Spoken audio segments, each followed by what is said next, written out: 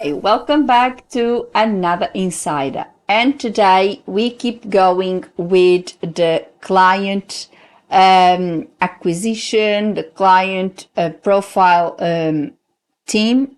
Last week we spoke about creating our ideal profile client. Today we are going to talk about building your marketing plan, so marketing your business. So come with me, we'll talk about the connection between the two things, which obviously it is very important. One does not exist without the other. And we will delve into this subject and see how we can develop our marketing campaign, how we can choose our clients, and what we can do. So come with me and let's talk about marketing. So let's talk about marketing campaign, marketing your business, and how you get to build your marketing campaign without really wasting a lot of time or going everywhere, which obviously it's not the best approach to this.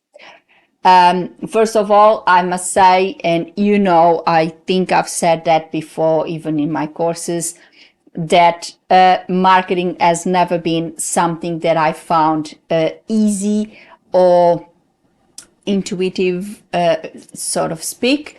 I don't really, it's one of the things that I don't really, let's face it, and I'm going to be honest, I created this channel to share my views, to share my experience.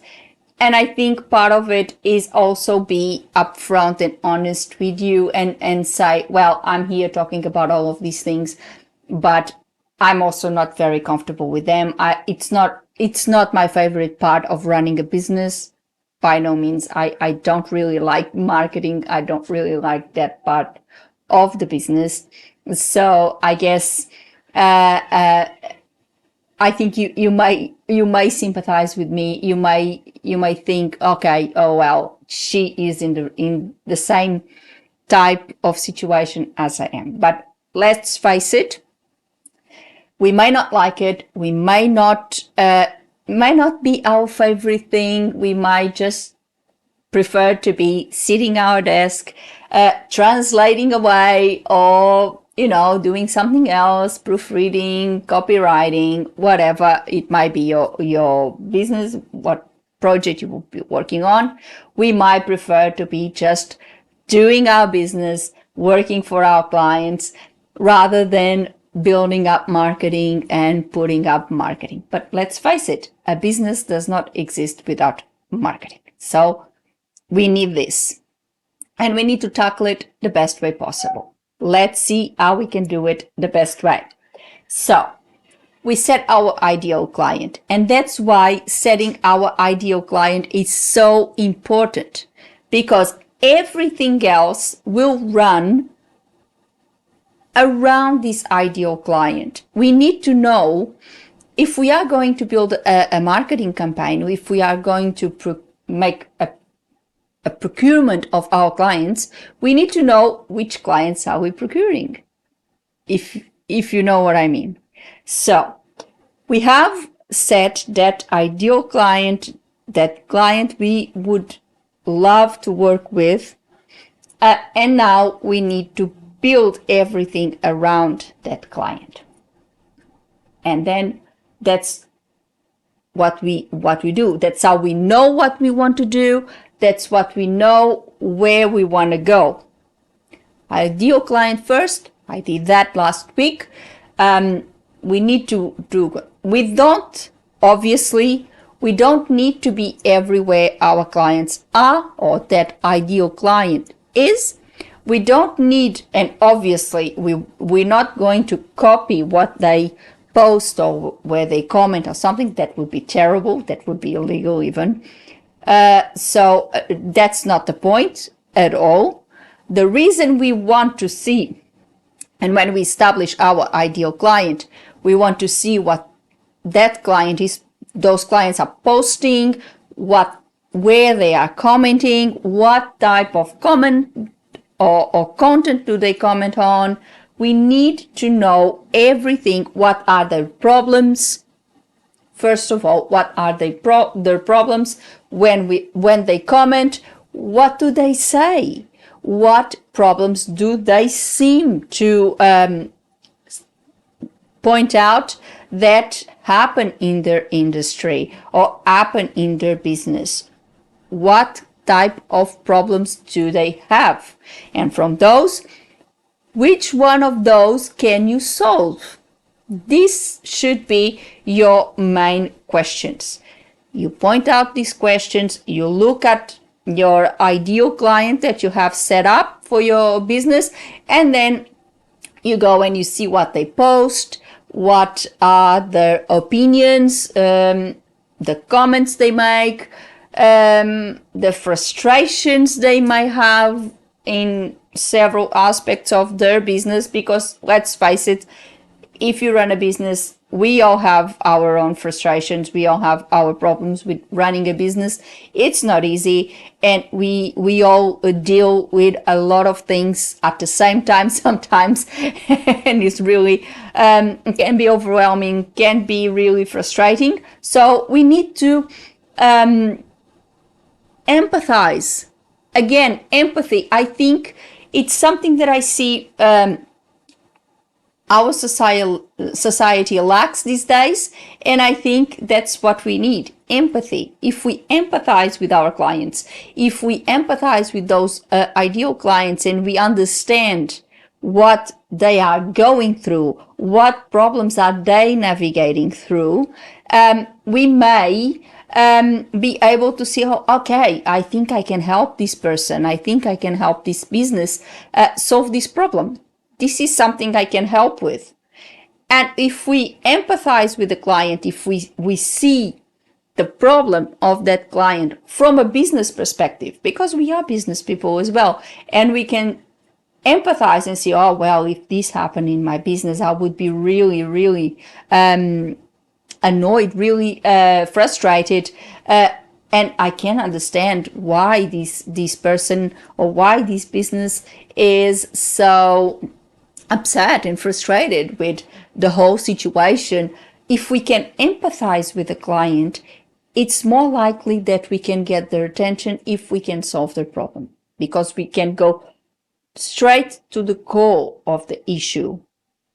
We can tell them, I see your problem, I understand your problem, look, I think I have the solution. Here is the solution. I can help you solve this problem by doing this, this, and that. This is what we need to do. This should be our plan. So, choosing the platforms. Again, we are not going to copy what our clients say. Yeah, we can share some of their comments or share some of their posts if we think is relevant, and say, oh, this company just put something really interesting about this, and put our own comments on it, showcasing, for example, the knowledge that we have about that industry and how important we think that that particular ideal client's opinion or post has to the industry in general. We can do that. Sharing is okay, but obviously we're not going to copy or make our own posts based on their posts. I think even if we quote, or even if we give credit to the original post, I think it wouldn't be really the best thing. For example, I create for my aviation channel, I create a lot of content about aviation, and of course I have to name my sources, and some of the sources may be airlines, maybe plane manufacturers. That is a different thing. I obviously cannot say that content it's 100% mine. It was taken because sometimes it's about news about that particular airline or that particular plane manufacturer, about projects, about things that are going on in aviation, and of course I have to quote my sources. This is a different thing. If you go and you constantly copying or building your posts based on something else that your clients have said, they will end up saying, oh, well, why am I reading the content from this person? They just using my content, and they recreate their own posts based on what I wrote. So there's no point. So be careful about that. One thing is having a source, because that's the subject that you are talking about. And in that case, you may even name different sources. Sometimes I do as well. But another thing is, if you just go to that ideal client's profile, you see what they post, and then you create your own post, and you go back to them and see, look, this company did this, blah, blah, blah, blah, blah, blah. Well, be careful about that, because it may lead to them saying, oh, well, they're just doing something based on what I post, so I don't need to read their article because I already have mine. So careful with that. Now, choosing the platforms. Again, you don't need to be in every single platform that ideal client is. In fact, that would be a very, very impractical exercise, because if you had to be in every platform, let's think, for example, taking aviation as an example. Airlines most probably are or have a presence in every single social media platform, because of course they are trying to attract clients, they are trying to attract passengers. So the more platforms they cover, the better chances they have to have exposure to more people.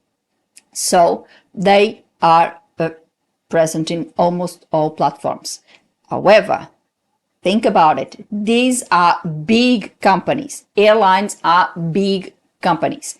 Most probably they are either paying a company to do all their social media, all their marketing for them, or they have their own marketing department where they have people, they pay a salary for that person or people to have that as a full-time job. You don't.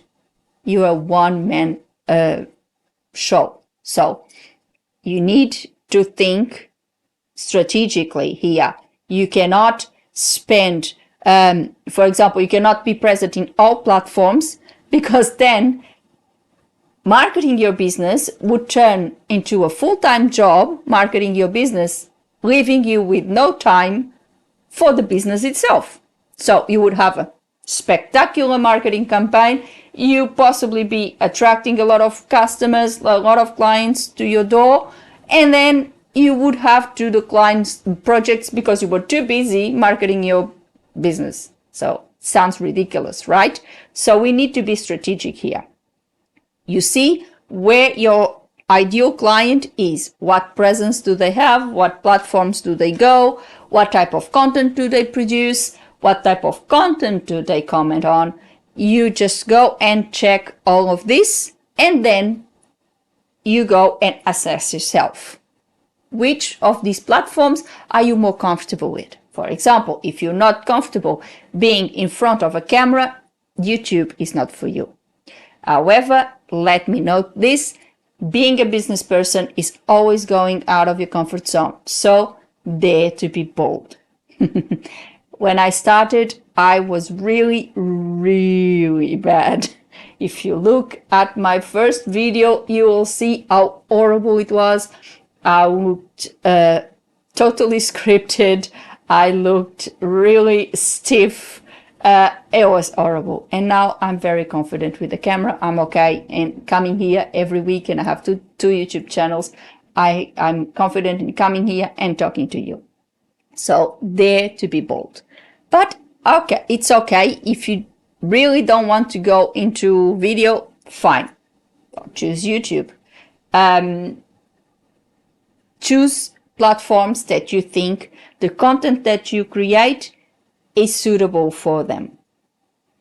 You can choose Instagram, you can choose. However, I would say LinkedIn is a must. I think if you have a business, if you want to advertise for your business, you should have a profile on LinkedIn and a page for your business on LinkedIn, because that gives you that professional exposure that you need. So I think LinkedIn, I wouldn't barge from having a profile on LinkedIn and having a page for your business on LinkedIn. I wouldn't barge from that. I think that is a must. It is really pivotal that you have that presence on LinkedIn. Apart from that, the other platforms, you just choose according to your preference and, again, your ideal client. You check where they are, you check where they post the most. For example, if you are in a big industry such as aviation, chances are the posts are consistent throughout, because that's what they have. They have a department or a company working for them, and they post everything, and everything is consistent. And you'll see, most probably, you'll see the same post in different platforms. So again, that's why it's irrelevant to be in all of them. You might even have a profile, but you just don't need to, you can have it as a personal profile rather than a professional profile. Now, targeting your ideal clients. You already have the ideal client. You already chose the platforms that you want to be to attract that ideal client. Then you just need to start attracting them with your content. Produce content that you think will attract your clients.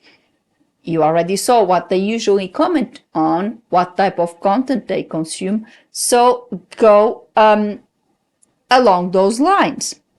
So show them the knowledge that you have about that particular issue, and especially how you can be a solution for some of their problems. But bear in mind, please do not give them lessons in translation. Do not think about translation.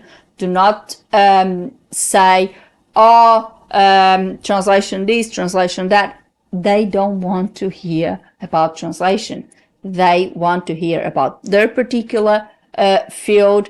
They want to hear about solutions to their problems. This is what they want to know about.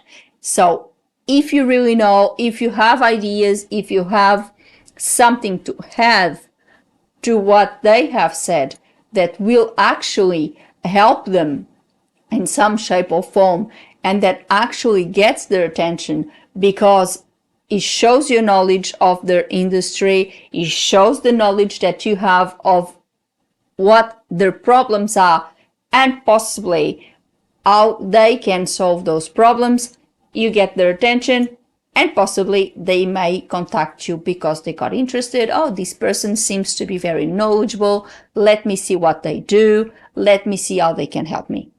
So you need to build this around your clients. And then you need to be consistent. I know we are all time poor. I'm time poor. You are time poor. Everyone is. But we need to understand we don't have a marketing department just like possibly those clients have. We don't have a full team of people producing our content online, publishing it, the whole thing, answering, people's comments, etc., etc. We have to do that ourselves. I used to say that we are our board of directors, we are our marketing team, we are our, the workers, we are everything in this business because we are a one-man show. So we need to basically do all of these jobs. That's what running a business is. So what we need to do is be consistent and organized. I think it's a must of running a business is to be very organized, very consistent, very disciplined. I would say discipline is the key.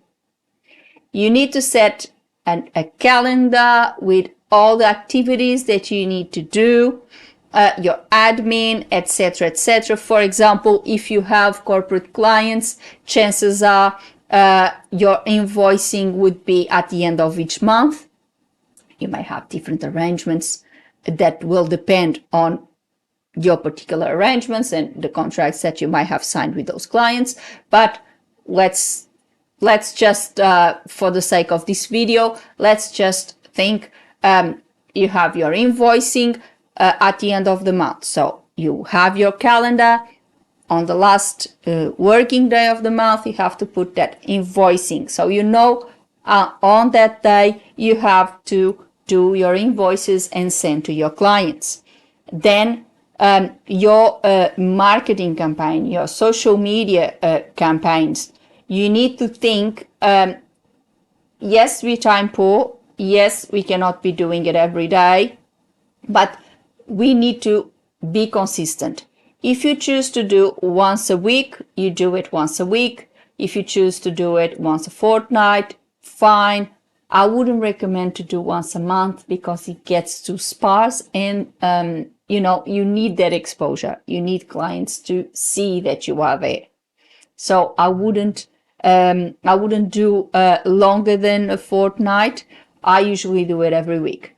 I used to do articles every week, but it became, as I mentioned in previous videos, it became a little bit too overwhelming to reconcile all of this with work, and I had to let go on the weekly articles. I write articles when I think fit. I no longer have a blog in my website for that exact reason. I don't really want to have there, because then if I have a blog and the blog is not updated, it's not consistent, the website would have that outlook of being abandoned. That's why I withdraw the blog altogether. You must have that, bear that in mind. If you are not keen, for example, in writing articles consistently, then do not put a blog in your website, because that's exactly what's going to look like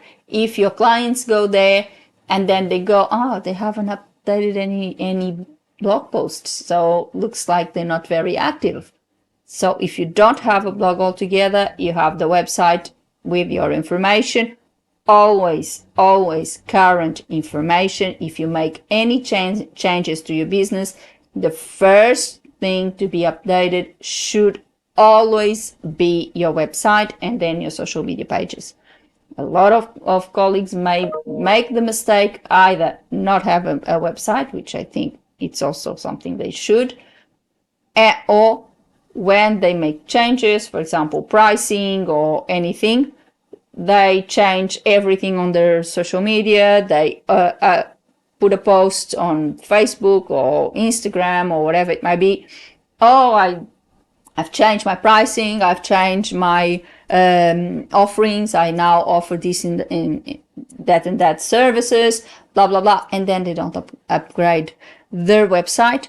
With the prices can be tricky. If you have a price list and you don't update your pricing, then if your clients contact you when you obviously quote with the new pricing and they have seen the pricing on the page, it may get you in troubled waters, because the client may come back to you, oh, but on your website, this is the pricing. And then, of course, you have to honor the pricing that you have in your website. So please, first your website. But I digress. So you chose what platforms, and then choose the content. You need to be consistent. I chose to do it every week. So I have a calendar, and on that calendar, I put the days that I publish my content. I also have my video outlines. If you put videos, like for example, I do this on my 2 YouTube channels, you need to put your video outlines where you know exactly what you're going to talk. I'm not saying a script that you go and read exactly what you're going to say, because I think obviously, if you were a professional newsreader or someone that is used to tally points, of course, that could possibly work.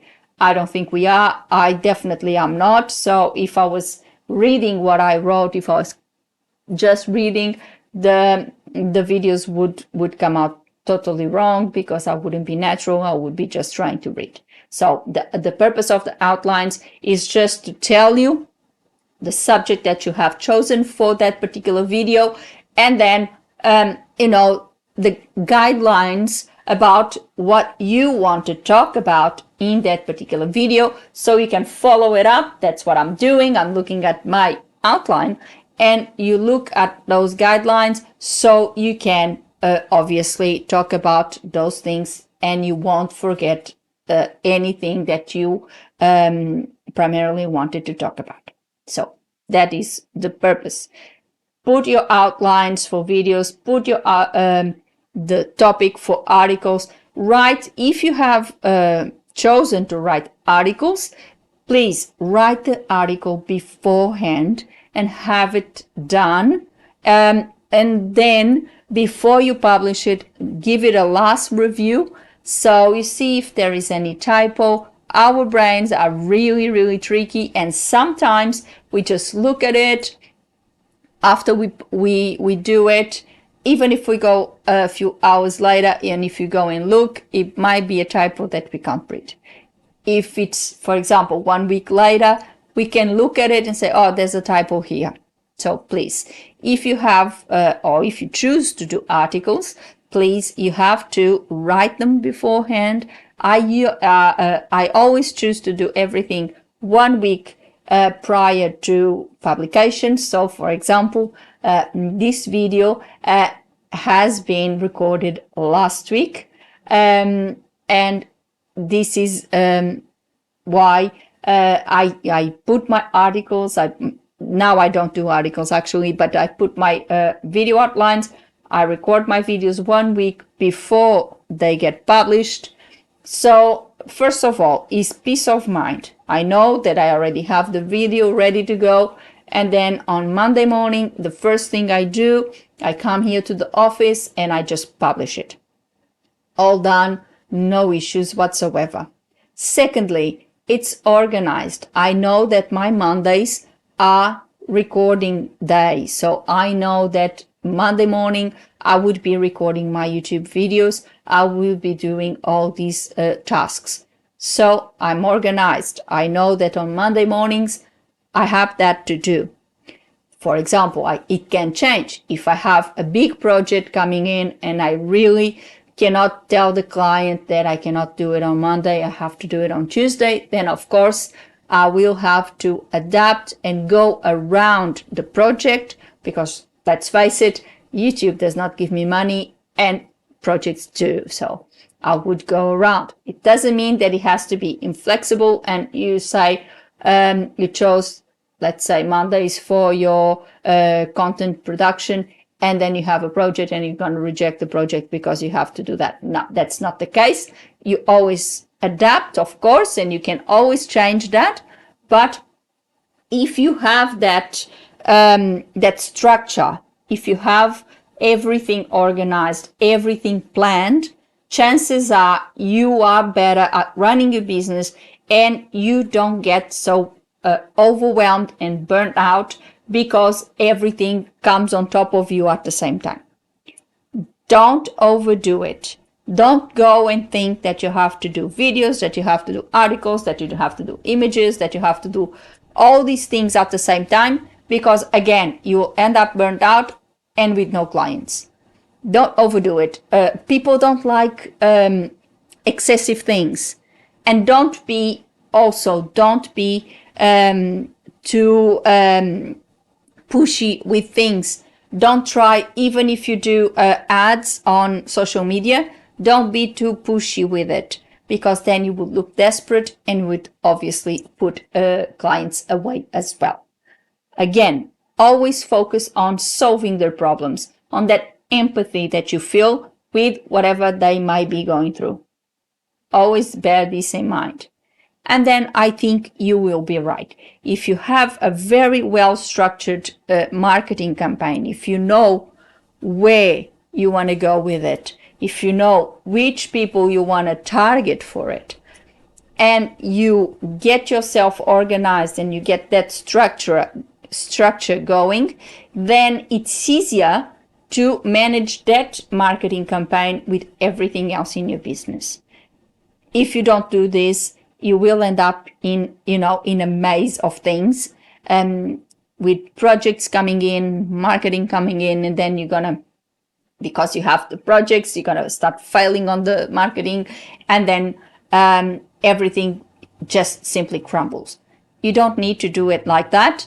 You can build a structure. You can choose a day that it's your, let's say, marketing day, and you do that content, you produce your content, you have everything ready to go, and then you publish it in whatever day you think is the best day, or the day that you set. For example, set a day for publication. In my case, I always put my things, for example, on this channel on Monday, on my aviation channel on Wednesdays. Set a specific day for your content to be released. So again, your audience is already expecting that content to appear. So it's consistent. They know, oh, okay, today is the day that I have a new episode of the Translator Insider. So maybe let me have a look. And of course, you can always subscribe the channel and put a click on the bell, so you also get a notification. But again, apart from that notification, apart from that subscription, if you already know that that person or that business is consistent, and on that day there's usually content, you are already expecting it, and you are already on that mood. Okay, let's see what is in for me today. So this is the 3 things that I think is important. First, ideal client, then knowing where you're going to post, what you're going to post, and having that structure, that consistency. So everything is a really well planned thing, and everything works.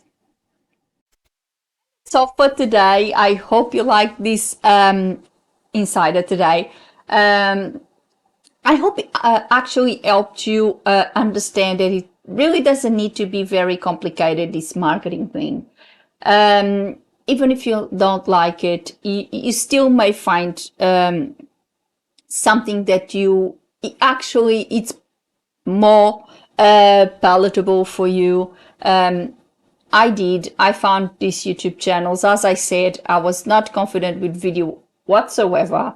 But again, being a business person is going out of our comfort zone. It's daring to be bold, and I did.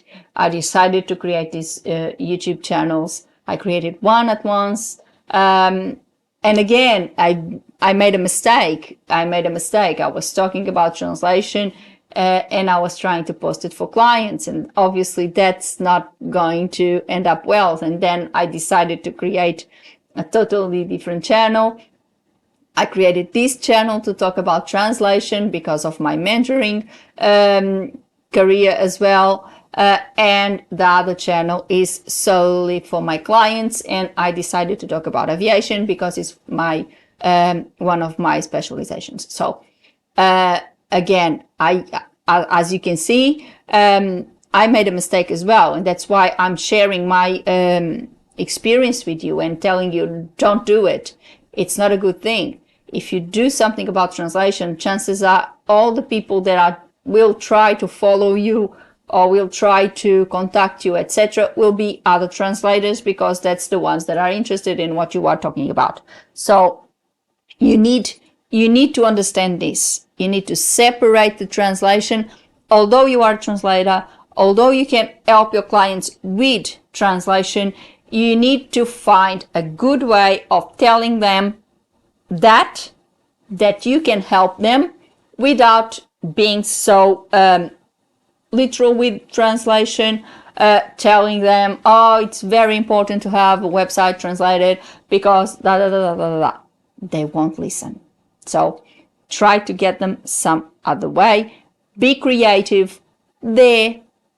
Okay, you may not be confident with video, fine, but if you try, you might like it. I tried it, I gave it a go, and now I really enjoy coming here every week and talking to you. So it's something that you never know if you don't try. But if you decide, nah, video is not for me, that's fine. You may write articles, you might put images, you might be very creative with, for example, things like Canva, and do like posts with images for Instagram, even Facebook. I would say that people these days, they don't want just text. They want an image attached to text. They want that visual effect. So I would say that even if you write an article, I would always, and that's what I used to do when I was writing articles every week, I was always putting sort of a thumbnail, sort of an image attached to the articles, because people would see the image and then they will go and read the article. I think that's really important. In my view, that is really important. And then, of course, you go from there. Whatever you fancy, whatever you are good at in terms of content creation, that's where you should go, because that's where you will be more confident, and that's where you will produce content that are great for your customers. Think about it. Again, consistency, structure, it's paramount. You really need to get that going, and I think you will be fine. Now, if you have any questions about this or anything else that I have discussed in these insiders, please leave me a comment below and ask. I'll be very happy to help you with that.